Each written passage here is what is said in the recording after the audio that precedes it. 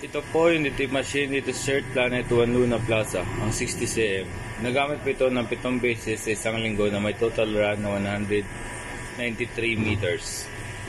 Ito po yung head, capping, at wiper. Ganito naman po yung tamang pag-head clean. Tapos mag-head clean, panatiling punasan yung capping at wiper. Ganito naman po yung tamang pag nozzle check. Okay naman po. Ito yung waste tank, kakapalitan nito kahapon. Ground wire, ABR. Ito naman po yung ink tag na sa tamang label naman po. Ito naman po yung mga consumable ko. At stock on hand.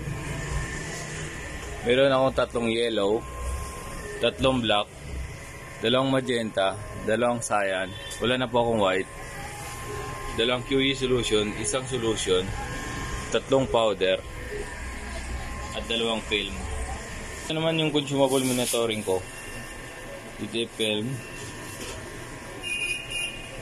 ito yung powder, QE solution, white, black, yellow, magenta, cyan. Yung printer daily checklist ko, nasa ayos naman po, updated. Ito naman yung production log ko.